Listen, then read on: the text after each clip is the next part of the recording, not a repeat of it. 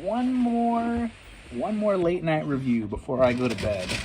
Turner Classic Movies was saved by Martin Scorsese and Spielberg and a couple of other people because the guy that took it over wanted to pretty much cut cost and really change the channel. And Turner Classic Movies is a gem. They show real classics, obscure stuff, and sometimes you're just channel surfing and you'll catch a movie that you've never seen before.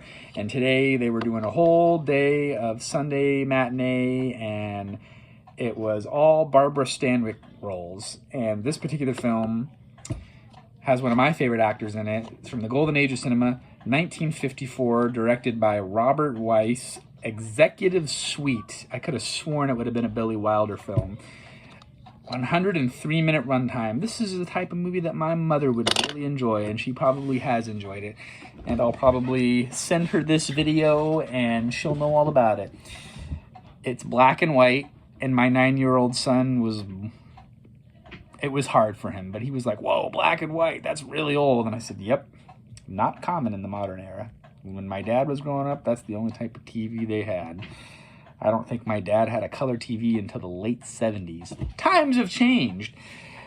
Speaking of television, growing up, we had a 19-inch RCA color track, and this movie was in a 4:3 aspect ratio, even on a modern project. It was not a widescreen CinemaScope production.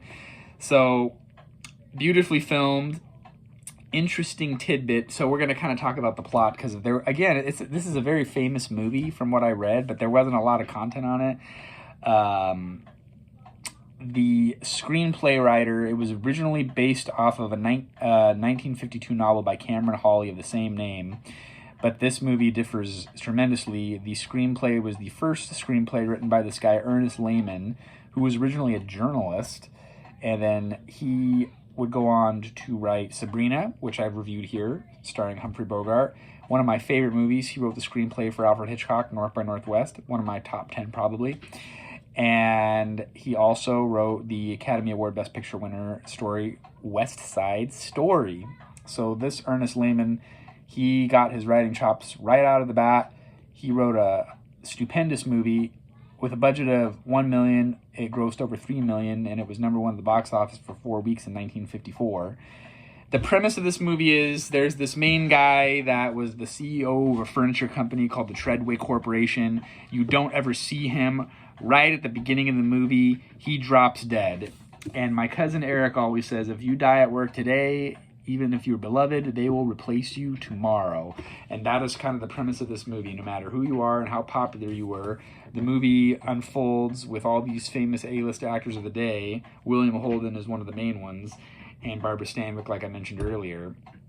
The premise of the movie is how are they going to replace the CEO and what kind of backhanded dealing is going on to find a new person to run the company. How are they going to carry on that person's legacy? And that's kind of the whole plot of the movie.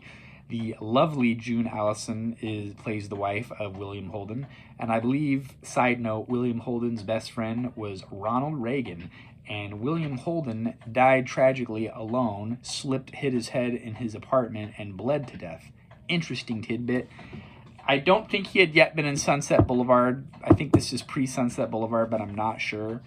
The reason this was picked by Turner Classic Movies is he had become a Hollywood leading man because and in this movie he was paired alongside Barbara Stanwyck. Holden's character, he got his start in a Barbara Stanwyck movie called Golden Boy, and the producer did not want to pick Holden to be in the film with Stanwyck, but he was new to Hollywood in the 30s, but Stanwyck really pushed for William Holden to be in that picture, and that's how he got his start.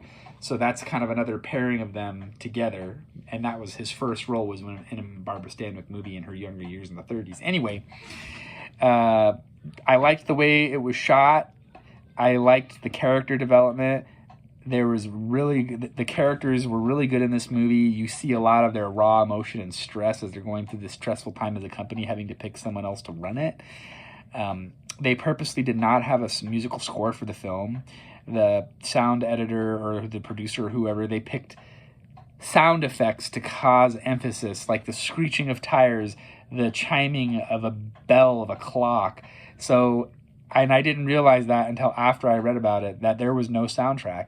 And there's some really good tracking shots in here, and just very good story development. Like I said, it has a 103-minute runtime, and it's also kind of like an underdog movie, and I like that because there's like a lot of redemption in the end, and you walk out of that movie with your head held high and feeling like, yes, the right person won.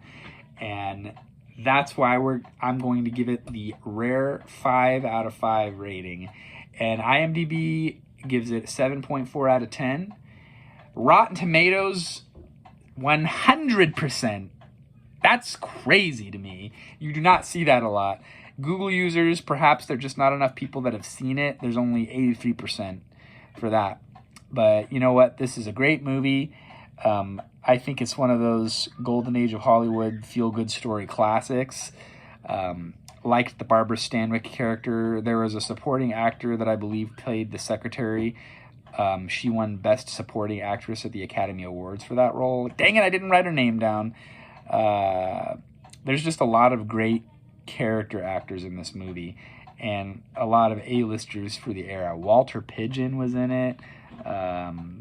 Anyway, I digress. If you're a fan of the black and whites, not everybody can get into the older films, but my mother raised me right.